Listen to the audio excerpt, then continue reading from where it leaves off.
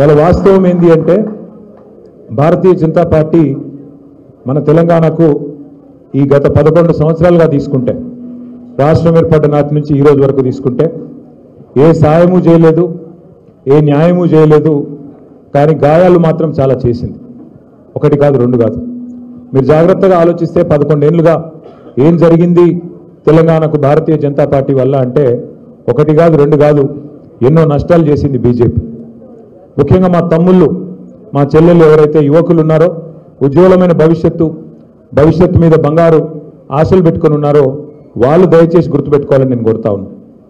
Bharatiya Janata party ప్రభుత్వం మోడీ గారి నాయకత్వంలో కేంద్రంలో రాగానే తీసుకున్న మొట్టమొదటి నిర్ణయాల్లో ఒకటి మన హైదరాబాద్లో ఉన్న ఐటీఐఆర్ను, అంతకంటే ముందున్న యూపీఏ ప్రభుత్వం ఇచ్చిన ఐటీఐఆర్ అంటే ఇన్ఫర్మేషన్ టెక్నాలజీ ఇన్వెస్ట్మెంట్ రీజన్ అనే ప్రపోజల్ను రద్దు చేసి పారేసింది.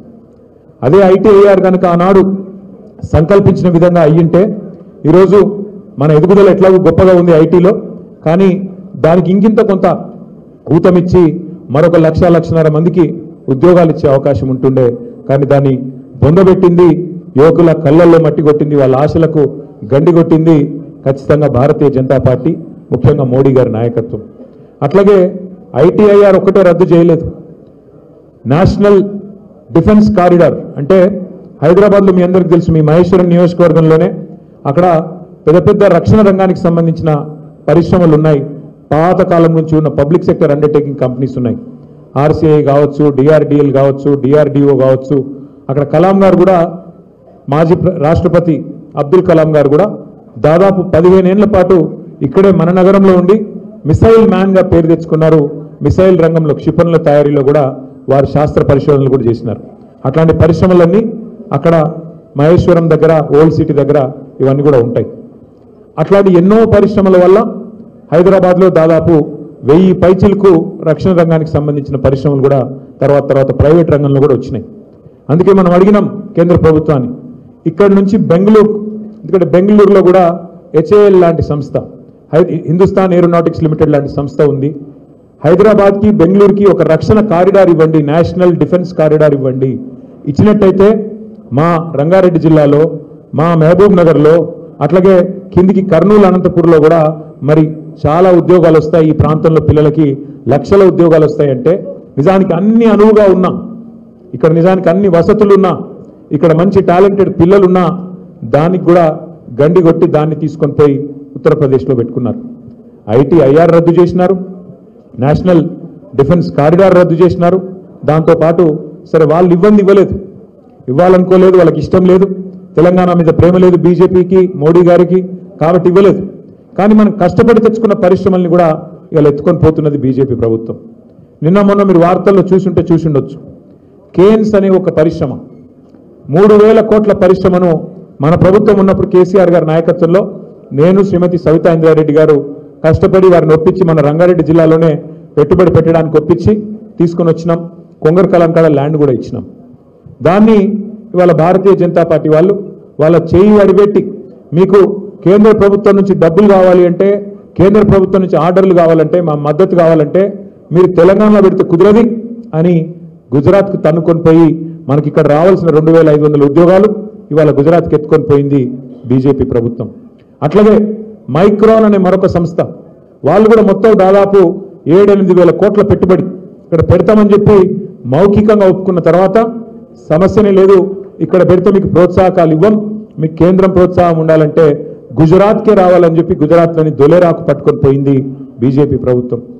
మహేశ్వరం నియోజకవర్గంలో ఆనాడు మరి మా ప్రాంతంలో ఉద్యోగాలు రావాలి, మా ప్రాంతం అభివృద్ధి చెందాలని చెప్పి శ్రీమతి సబితా ఇంద్రారెడ్డి గారు ఏదైతే పట్టుబట్టినారో దానికి అనుగుణంగా ఫ్యాబ్ సిటీ నిండిపోతే మన ప్రభుత్వంలో మరి మహేశ్వరంలో ఇంకొక ఎలక్ట్రానిక్స్ పార్క్ కూడా ప్రారంభించినాం.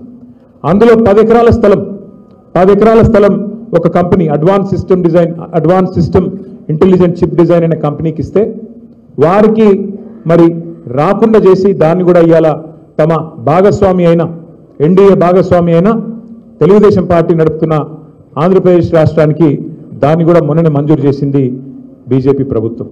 ఈ నేను చెప్పిన ఈ మచ్చుకు 3 మాత్రమే, మచ్చుకు 3: ఐటీఐఆర్ రద్దు, నేషనల్ డిఫెన్స్ కారిడార్ రద్దు, అట్లాగే ఇక్కడ మనం తెచ్చుకున్న పరిశ్రమల్ని కూడా తీసుకొని పోయింది మోడీ గారి నాయకత్వంలోని భారతీయ జనతా పార్టీ. ఇంత మాత్రమే కాదు, శ్రీమతి సబితా ఇంద్రారెడ్డి గారు విద్యాశాఖ మంత్రిగా ఉన్నప్పుడు ఒకసారి కాదు ఎన్నోసార్లు ఢిల్లీకి పోయి అక్కడ పెద్దలను అడిగినాం, మీరు చట్టం ప్రకారం మాకేం మీరు మెహర్బానీ చేస్తలేరు, చట్టం ప్రకారం మీరు మాకు ఇవ్వాలి, నవోదయ పాఠశాలలు కొత్త జిల్లా ఏర్పడితే జిల్లాకు ఒకటి మీరు ఇవ్వాలి. నిజామాబాద్ ఒక ఉమ్మడి జిల్లా ఉండే, తర్వాత కామారెడ్డి కొత్త జిల్లా అయింది, మరి కామారెడ్డికి ఒక నవోదయ ఇవ్వాలి. మా రంగారెడ్డి ఉమ్మడి జిల్లా ఒకటి ఉండే, కొత్తగా మేడ్చల్ అయింది, వికారాబాద్ అయింది, మరి వికారాబాద్కు అట్లాగే మేడ్చల్ కూడా ఒక్కొక్క నవోదయ ఇవ్వాలి.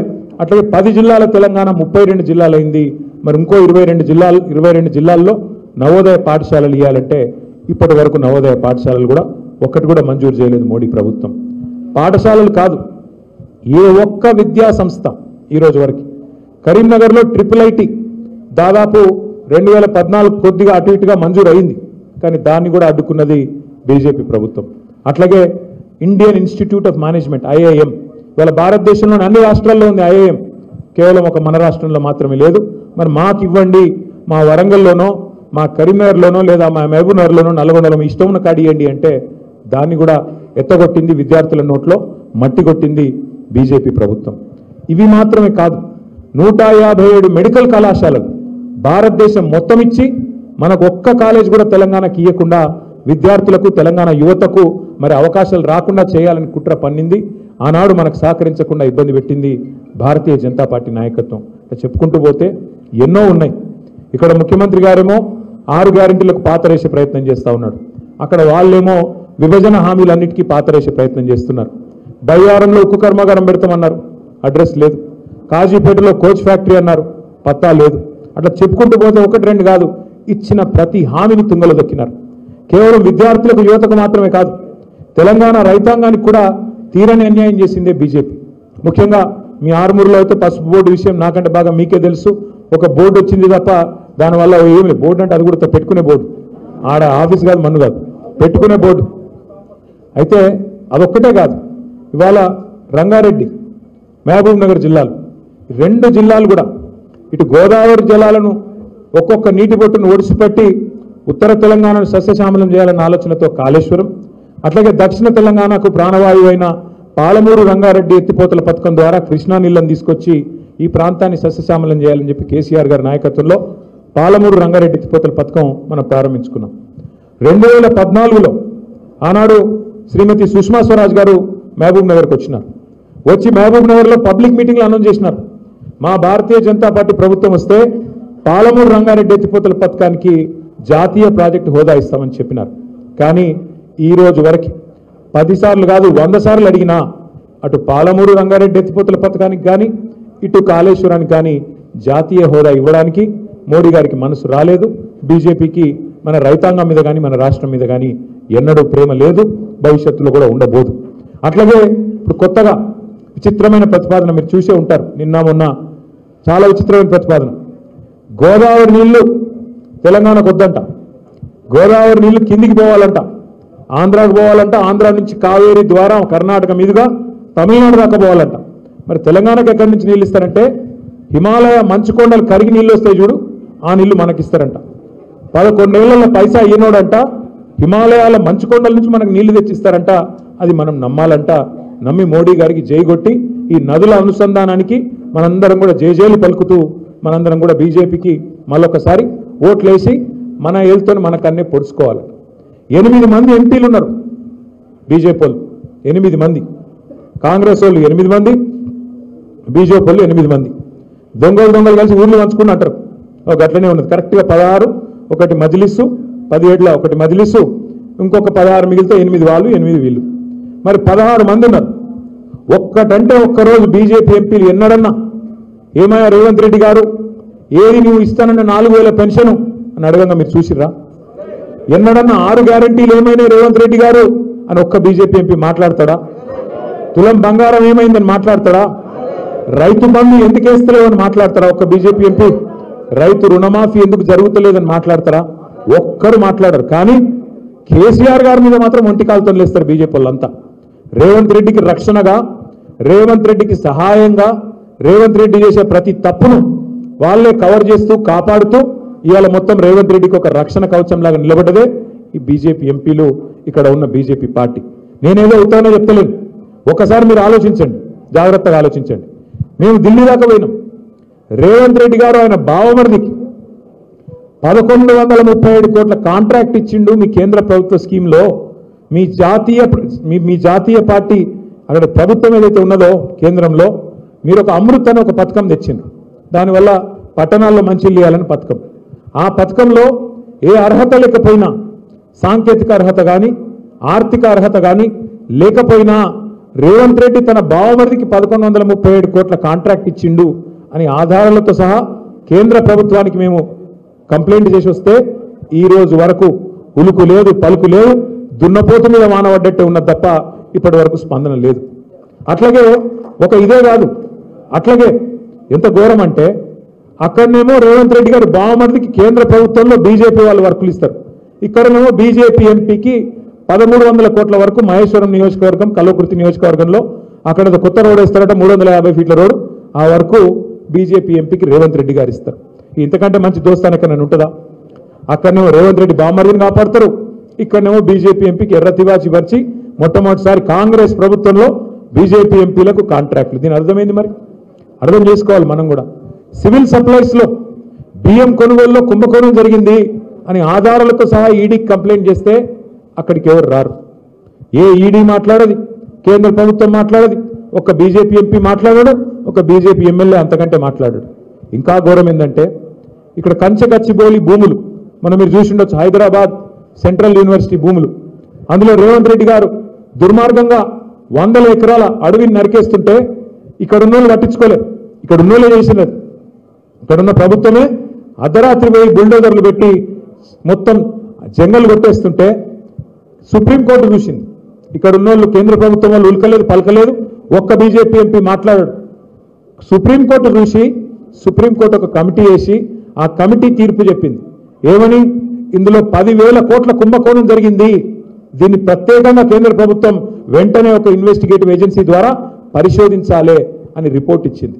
కానీ రిపోర్ట్ ఇచ్చి 6 నెలలే. కేంద్ర ప్రభుత్వం ఏమైనా చేస్తుందా? చేయదు. ఎందుకు? బడే బాయ్ చోటే బాయ్, బడే మియాతో సుబానలా, చోటే మియా మాషాల్లా ఇది అంటారు కదా, ఒక అట్లున్నది కథ ఈరోజు. అంటే పైన ఆయనేమో ఆయన కథ ఆయనది, కింద ఆయన కథ కింద ఆయనది. ఎట్లుంటాయంటే ఇద్దరికి చాలా పోలికలు కూడా ఉన్నాయి. బడా మోడీ చోటా మోడీకి చాలా పోలికలు ఉన్నాయి. పైన బడా మోడీ, ఇక్కడ చోటా మోడీ. పైన ఆయన అంటాడు 2 కోట్ల ఉద్యోగాలు ఇస్తా అన్నాడు. ఎవరు? మోడీ గారు. సంవత్సరానికి 2 కోట్లు. ఇక్కడున్న ఆయన ఏం చెప్పిండు? 2 లక్షల ఉద్యోగాలు ఇస్తా అన్నాడు. పెద్దోడు పెద్దగా చెప్పాలి, చిన్నోడు చిన్నగా చెప్పాలి. కాబట్టి ఆయన 2 కోట్లు అంటే ఈయన 2 లక్షలు అన్నాడు. ఆయన ఇయ్యలే, ఈయన ఇయ్యలే. ఇప్పుడు మొత్తం ఎవరైనా గట్టిగా మాట్లాడితే మొత్తం ఎక్కడికక్కడ పొలగాన్న లోపలేసుడు, వాళ్ళను నువ్వు మాట్లాడతావా నా మీద అని చెప్పి కేసులు పెట్టుడు, పోలీసు వాళ్ళని ఇంటికి పంపించుడు, బెదిరించుడు, ఇది తప్ప ఇంకోటి శాతనైతే లేదు. అట్లాగే పైన ఆయన ఏం చెప్పిండు? పెద్ద మనిషి 15 లక్షలు ఇస్తా అన్నాడు. అన్నాడా లేదా? మర్చిపోయారు మీరు కూడా. 11 ఏళ్ళు 12 ఏళ్ళు అయిపోయింది కాబట్టి 15 లక్షలు ఇస్తా అన్నాడు. ఈయన 15,000 ఇస్తా అన్నాడు రైతులకు. ఆయన 15 లక్షలు అంటే ఈయన మరి నేను కూడా లక్షలలో మాట్లాడితే బాగుండదని ఎకరానికి 15,000 ఇస్తాను ఈయన కూడా అన్నాడు. అవి రావు, ఇవి రావు. 15 లక్షలు రాదు, 15,000 కూడా రాదు. అట్లా చూసుకుంటూ పోతే బడా మోడీకి చోటా మోడీకి చాలా ఉన్నాయి. ఇద్దరు కూడా విమర్శ చేస్తే ఊరుకోరు. ఆయన ఈడీ పంపుతాడు, ఈయన ఏసీబీ పంపుతాడు. ఆయన ఏమన్నా గట్టిగా మాట్లాడినావు అనుకో, ఫార్ములా ఈ అని కేసు పెట్టిండు నా మీద. అరే నేను ఖుల్లా చెప్తున్నారా భయ్, హైదరాబాద్ కోసం ఒక మంచి పని చేసిన దానికోసమే తాపత్రయపడ్డా తప్ప అందులో అవినీతి లేదు, మన్ను లేదని చెప్తే ఈయన లేదు, కేసు పెట్టారు. ఇది నేను ఓపెన్గా చెప్పిన, రేవంత్ రెడ్డి సాబ్ నీకు బాగా కోపం ఉంది నా మీద, ఒక పని చేయి, నేను ఈ కెమెరాలన్నిటి ముంగట కూర్చుంటా, నువ్వు కూడా రా, ఇద్దరం కలిసి ఆ లైట్ ఒక్కటి కాదు ఇట్లా చెప్తే ఒకరినొకరు కాపాడుకుంటారు. ఈయన అక్కడ బామ్మర్దికి వర్కిస్తే పాడుకుంటారు, ఈయన అక్కడ బామ్మర్దికి వర్కిస్తే ఆయన ఇక్కడ బీజేపీ ఎంపీకి వర్కిస్తాడు. మొత్తానికి ఇద్దరు అలై బలై చేసుకొని ఆటలు అరటిపండు మాత్రం రాహుల్ గాంధీ ఎప్పుడో దెబ్బ పడుతుంది. ఇవాళ నేను చెప్తున్నా, యాది పెట్టుకోరు, ఎప్పుడో దెబ్బ పడుతుంది రాహుల్ గాంధీకి, తెలియకుండానే పడుతుంది అది కూడా పాపం. ఎందుకంటే రాహుల్ గాంధీ ఈయన నా మనిషి అనుకుంటాడు, మోడీ గారేమో ఈయన నా మనిషి అనుకుంటాడు.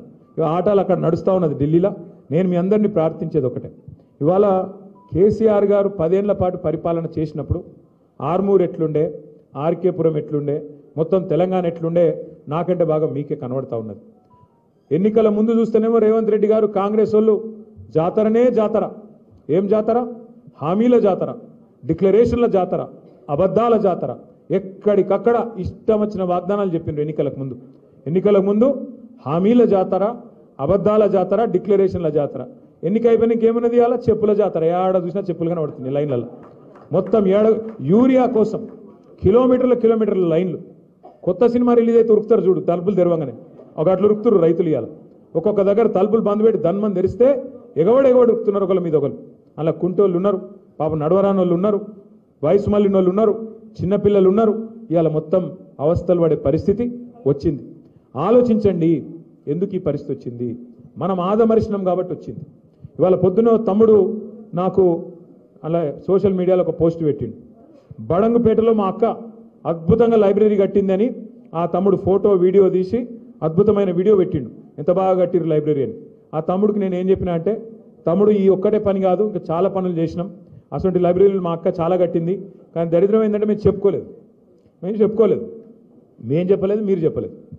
ఏమున్నత్తి అని కనబడతలేదా, ఎదురుగా లేదా, కళ్ళకి ఎదురుగా లేదా అని మనం అనుకున్నాం. కానీ వాళ్ళు ఏం చేసినారు? వాళ్ళు ఎక్కించిన మాటలు ఎన్నెన్ని మాటలు చెప్పారు. ప్రగతి భవన్లో కేసీఆర్ గారు ముఖ్యమంత్రిగా ఉన్నప్పుడు ఆయన ఉన్న నివాసంలో 150 రూములు 150 రూములు ఉన్నాయన్నారు. బంగారు బాత్రూమ్లు ఉన్నాయన్నారు. బుల్లెట్ ప్రూఫ్ ఏమో ఉన్నాయన్నారు. మళ్ళీ మన పాపం బట్టి విక్రమార్క గారు ఇప్పుడు అల్లు ఉంటాడు. మన ఆయన అడిగిండు టీవీ నైన్ ఆయన ఏమడిగిండు, ఏమాయ సార్ మరి 150 బాత్రూములు బాగా ఎంజాయ్ చేస్తున్నావా, బంగారు బాత్రూములు చూస్తున్నావా అంటే హె నవ్వుతుంది.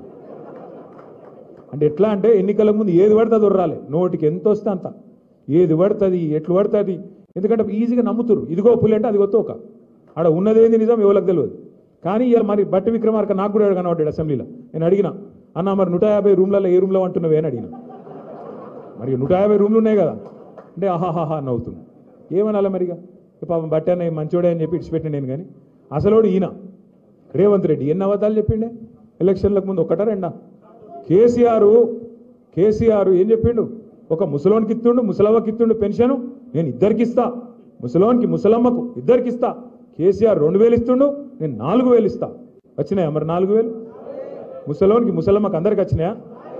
అత్తకు 4000, కోడలకు 2,500 వచ్చినాయా? 100 రోజుల్లోనే అన్ని బట్టిగారు చెప్పిన చూడు. ఆ గ్యారంటీ కార్డు చాలా విలువైంది, భద్రపరుచుకోండి, దాచిపెట్టుకోండి, 99 రోజులు దాచిపెట్టుకోండి, 100వ రోజు మేము వస్తాం, అది తీసుకుంటాం, మీకు తెల్లారి నుంచే పథకాల వరద వారుతుందని చెప్పిండు.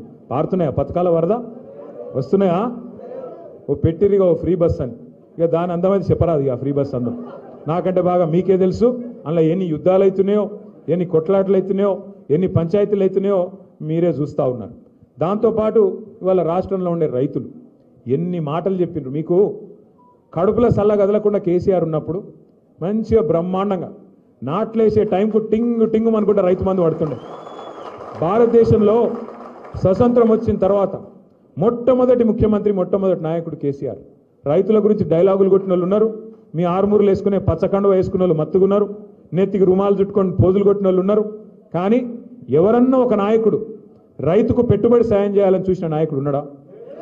73,000 కోట్ల రూపాయలు, ఒకటి కాదు రెండు కాదు, 73,000 కోట్ల రూపాయలు 11 కిస్తీలల్లో మీ అకౌంట్లలో నాట్లేసే టైంకు టింగుమని వేసింది కేసీఆర్ గారు కాదా? మరి టింగుమని సప్పుడు బంద్ అయింది. ఇప్పుడు టకీ అట పడుతున్నాయా? టకీ మని 10,000 కాదు 15,000 అన్నాడు కేసీఆర్. 2 పంటలకు ఇస్తుండు, 3 పంటలకు ఇవ్వాలన్నాడు. 3 పంటలకు పడుతున్నాయి. ఇప్పుడు బాగా మార్పు బాగుందా? ఆర్మూరులో మార్పు అదిరిపోయిందా? మరి చెప్తే తినకపోతురు మీరు. చిల్కకి చెప్పినట్టు చెప్పినాం. ఆర్మూరులో ఆగం కాకుర్రి, వాళ్ళ మాటలింటే ఆగమవుతారు.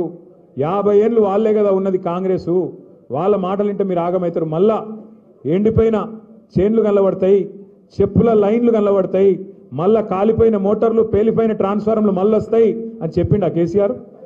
విన్నారా మరి మీరు ఆర్మూరులో? ఇన్లే. ఏమనుకున్నారు మీరు? కేసీఆర్ ఇంట్లోకి వెళ్ళి ఇస్తుండా? ఎవడు ఉంటేంది? ఏరాదా? అందరు మాట్లాడారు మస్తుగా. కేసీఆర్ ఇంట్లోకి వెళ్ళి ఇస్తున్నాడు. మరి ఇప్పుడు రేవంత్ రెడ్డి ఇంటి పొలం అమ్మిస్తాడా? ఎవరిస్తారు ఇంట్లోకి వెళ్ళి? రాజకీయ నాయకులు, ప్రజాప్రతినిధులు, ప్రజల సొమ్ముకు ధర్మకర్తలు. ఎవరైనా సరే ప్రజల సొమ్మును మళ్ళీ ప్రోధి చేసి ఎట్లా ఖర్చు పెట్టాలి, ప్రజలకు ఏం అవసరం, ఏమేం ప్రాధాన్యతలు, దాన్ని నిర్ణయించుకొని ఇవ్వాలి. సమాజంలో రైతుకి ఎంత ఇవ్వాలి, యువతకి ఎంత ఇవ్వాలి, ముసలోళ్ళకి ఎంత ఇవ్వాలి, మరి ఉద్యోగస్తులకు ఎంత ఇవ్వాలి, లెక్క తీసి ఇవ్వాలి. అంతేగాని కేసీఆర్ ఇంట్లోకి వెళ్ళి ఇస్తుండా అని అంటే ఇప్పుడు ఏమైంది? రైతు బంధు పోయింది, రైతు బీమా ప్రీమియం కట్టాడు, బోనస్ బోనస్ అన్నాడు. వచ్చిందా బోనస్? బాగా జొన్నలకు, వరికి వచ్చిందా, పత్తికి వచ్చిందా, మొక్కజొన్నకు వచ్చిందా? దేనికి లేదు, ఏ జొన్నకు లేదు, ఏ వరికి లేదు. బోనస్ బోగస్ అయింది, రైతు బంధు గాయమైంది, రైతు బంధుకు రామ్ అవుతుందని కేసీఆర్ చెప్పిండు. దళిత బంధు అని పెట్టిండు కేసీఆర్. దానికి ఏమన్నారు? కేసీఆర్ ఇచ్చే 10 లక్షలు ఏందివా, మేము 12 లక్షలు ఇస్తామన్నారు. పడుతుందా 12? టకీ మనం పడతలేదు. ఇదే మరి నేను చెప్పింది, మార్పు మార్పు మార్పు అంటే ఇది వచ్చింది రోజు. 11 ఏళ్ళు అక్కడ బీజేపీ ఉన్నది, ఇప్పుడు 20 నెలలు కాంగ్రెస్ ఉన్నది. ఏ ప్రభుత్వం ఏం చేసిందో మీ కళ్ళ ముంగట్నే ఉన్నది. నేను మీ ద్వారా ఆర్మూర్లో ఉన్న ప్రతి నాయకుడిని, ప్రతి ఆడబిడ్డని, ప్రతి తమ్ముడిని కూడా కోరేది, నిజామాబాద్ జిల్లాలో ఉండే ప్రతి ఆడబిడ్డని, ప్రతి తమ్ముడిని కూడా కోరేది ఏమంటే ఒకటే ఒకటి.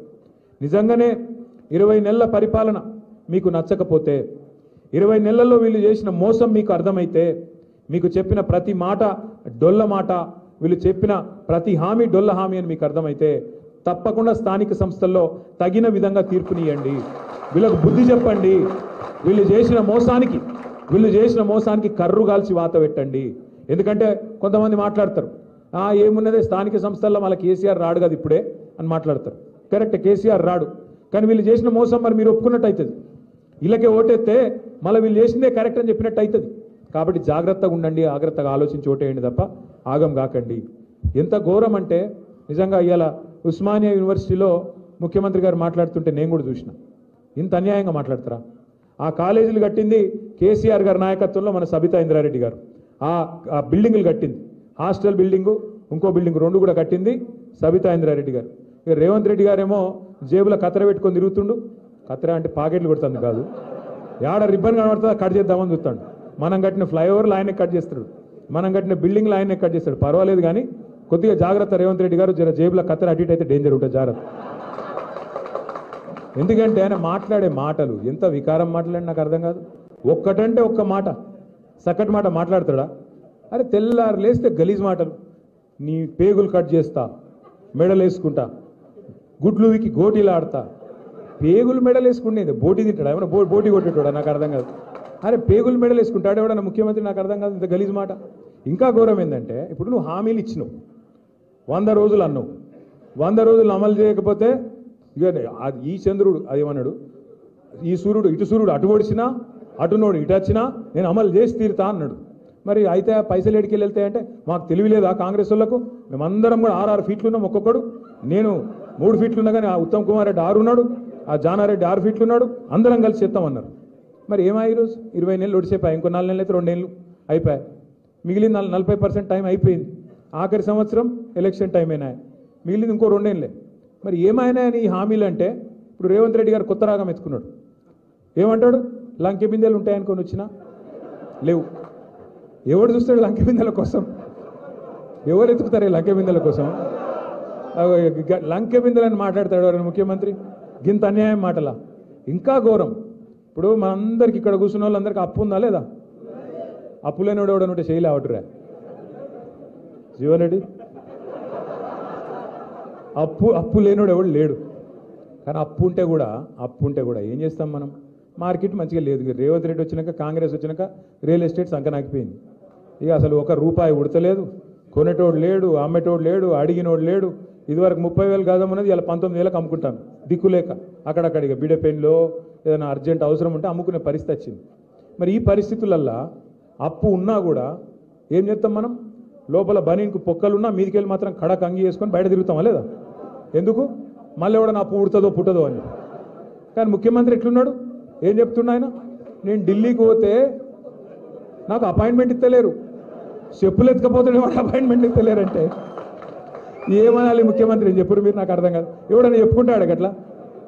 ఏం లేకపోయినా కడక్ అంగి వేసుకొని చాలు మాకేమైంది రాబాయి, నువ్వు 1,00,000 కాదు 2 లక్షలు ఇస్తా, రేపటివరకు డామ్ డూమ్ అని కొడతాం, నడుపుతాం. ఎందుకంటే నడపాలి, దుగ్నం నడపాలి. కానీ ఈ ముఖ్యమంత్రి గారు ఇంకా ఘోరం. మరి ఏమైనా నువ్వు గిన్ని హామీలు ఇచ్చినావు, ఏం సంగతి అంటే ఈ మధ్యన కొత్త డైలాగ్ ఎత్తుకున్నాడు. ఏం చేస్తారా? నన్ను కోస్తారా? కోసుక తింటారా? ఎవడు కోసుక తింటే నువ్వేమైనా సేపువా మామిడి పండువా?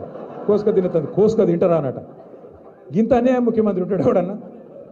అంత విచిత్రం అనిపిస్తుంది నాకు. ఈ ముఖ్యమంత్రి లెక్కలేడు. మేము కూడా చూసినాం, ఎన్టీ రామారావుని చూసినాం, రాజశేఖర రెడ్డి గారిని చూసినాం, చంద్రబాబు నాయుడు గారిని చూసినాం, కేసీఆర్ గారిని చూసినాం, ఇక ఈయనని చూస్తున్నాం. ఇప్పుడు ఏం చేయాలి? ఇక నిజానికి ఇవాళ మీకంటే నాకంటే ఊళ్ళలో ఉన్న వాళ్ళకి కోపం ఎక్కువ వస్తుంది. నాకు ఈ మధ్యన మన వాళ్ళు అందరూ చెప్తాను, అన్నా నువ్వు జరా ఇంకా తిట్టక ఎక్కువ అని చెప్తాను. అంటే నేనెందుకు తిడతారా పోయి, నాకేం కర్మ ఆయన తిట్టేది, నాకు అవసరమే లేదు.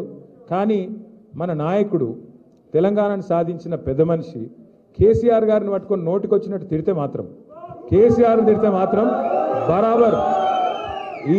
బరాబర్ ఈట్కా జవాబ్ పత్తర్సేదండి. ఇక నువ్వు మర్యాదగా మాట్లాడితే మేము కూడా మర్యాదగా మాట్లాడతాం. కానీ నువ్వు ఇట్లా అబద్ధాలు చెప్పి ఓట్లు వేయించుకొని గద్దెనెక్కి రైతులు యూరియా కోసం నన్నులాడుతుంటే నువ్వేమో సినిమా వాళ్ళతో మీటింగులు పెట్టుకుంటా డ్రామా చేసుకుంటా నన్ను ఏమనద్దు నేను మాత్రం తిడతా అంటే మరి ఎందుకు కొడాలి మనం? అందుకే నేను మిమ్మల్ని కోరేది ఏంటంటే, సరే ఆయన కొట్టుడద్దు తిట్టడద్దు, ఇక మనం ఒక్కటే పని చేద్దాం. ఇప్పటి నుంచి కేవలం ఒక్కొక్క ఓటు ఆరుమూరులు అయితేనేమి, మహేశ్వరంలో అయితేనేమి, రాష్ట్రంలో ఏ మూలనైతేనేమి ఖచ్చితంగా స్థానిక సంస్థల్లో ఒక్కొక్క ఓటు పరిగేరినట్టు ఏరుదాం. ఏరి కాంగ్రెస్ పార్టీకి బీజేపీకి బుద్ధి చెబుదాం. ఎక్కువ ఆయాసం పడే అవసరం కూడా ఏం లేదు. మీరు ఒకటే పని చేయండి. నాకు తెలుసు మీ మీద కేసులు పెడతారు, బెదిరిస్తారు, పోలీసు వాళ్ళు ఆగమాగం చేస్తారు, ఫోన్లు చేస్తారు. ఒక పోస్ట్ పెట్టగానే ఏమాయరా తమ్మి నీ ఫ్యూచర్ చెడిపోతుంది, ఎందుకు పెడుతున్నావు అని పోలీసుడు కాంగ్రెస్ కార్యకర్త కంటే ఎక్కువ వాడు ఓవర్ యాక్షన్ చేస్తాడు.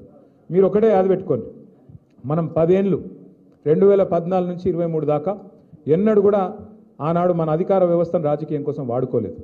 ఎన్నడూ కూడా రాష్ట్ర ప్రభుత్వం గురించి, రాష్ట్ర అభివృద్ధి తప్ప ఇంకో ఆలోచన చేయలేదు. ఎట్లా నీళ్లు తేవాలి, ఎట్లా రైతుల కన్నీళ్లు దుడవాలి, ఈ ఆలోచన చేసినాం. పేదవారిని ఎట్లా కడుపులో పెట్టుకోవాలని చూసినాం తప్ప రాజకీయపరమైన ఆలోచనలు ఎక్కువ చేయలేదు.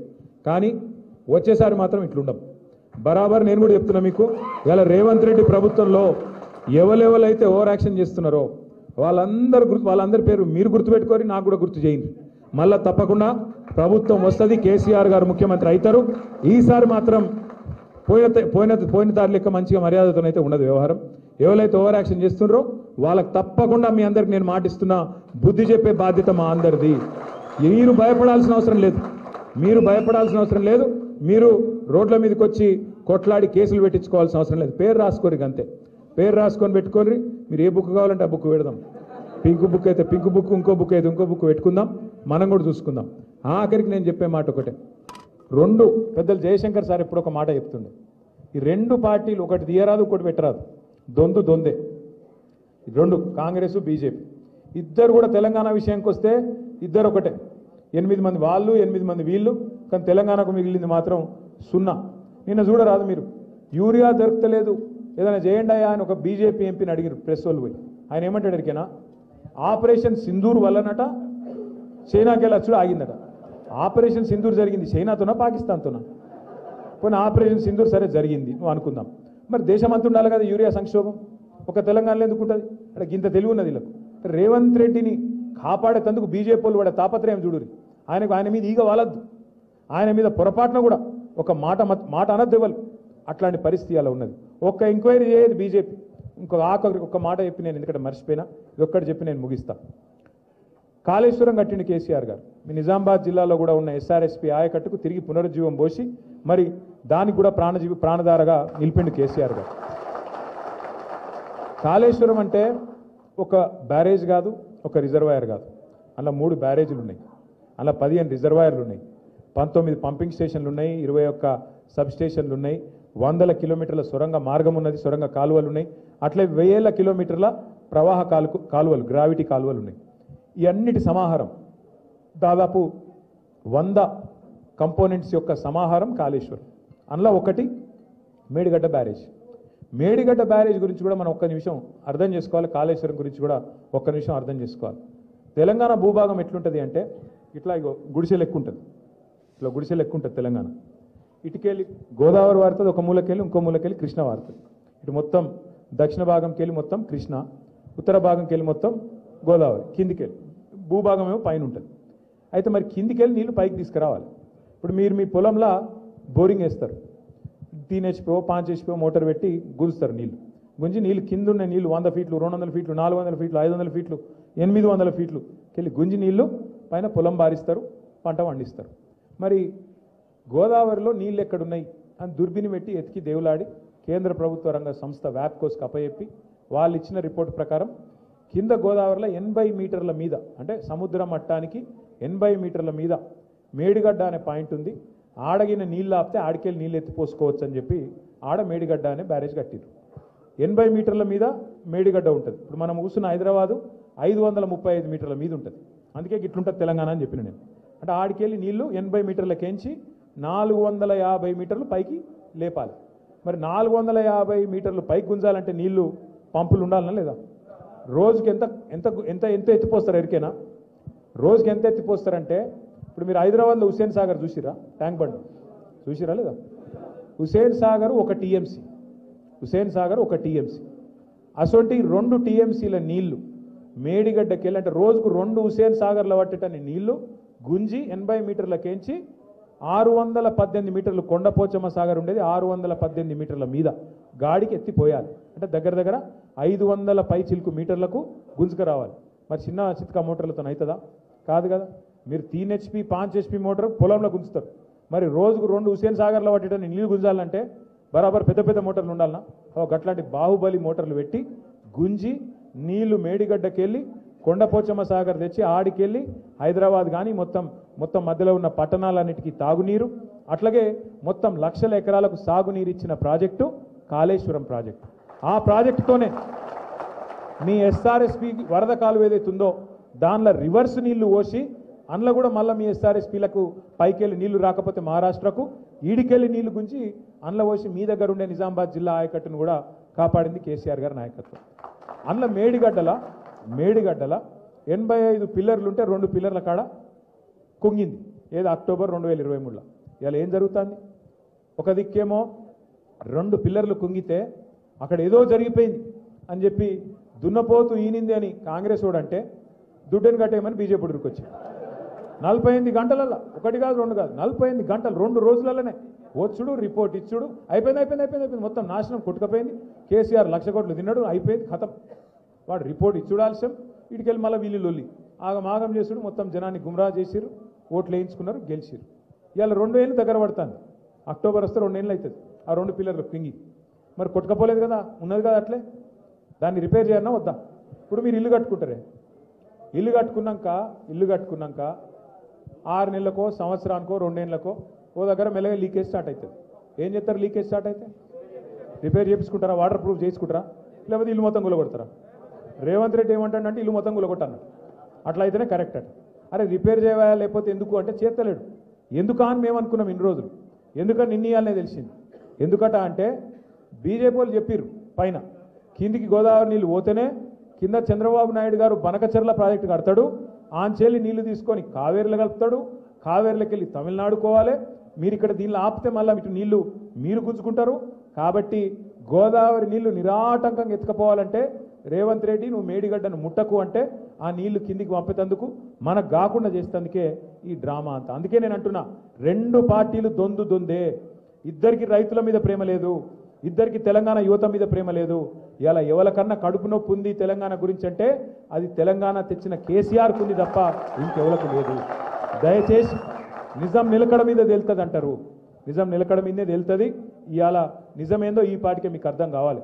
20 నెలల ఈ ప్రభుత్వం చూసినాక 11 ఏళ్ళ ఆ ప్రభుత్వం చూసినాక ఎవరు తెలంగాణకు న్యాయం చేయగలుగుతారో మీకు ఈ పాటికి అర్థం కావాలి. అందుకే మనస్ఫూర్తిగా నేను మిమ్మల్ని కోరుకునేది కేసీఆర్ గారి నాయకత్వమే తెలంగాణకు శ్రీరామ రక్ష. ఖచ్చితంగా కేసీఆర్ గారిని తిరిగి తెచ్చుకోవాలంటే మనందరం కూడా కలిసికట్టుగా నడుం బిగించాలి.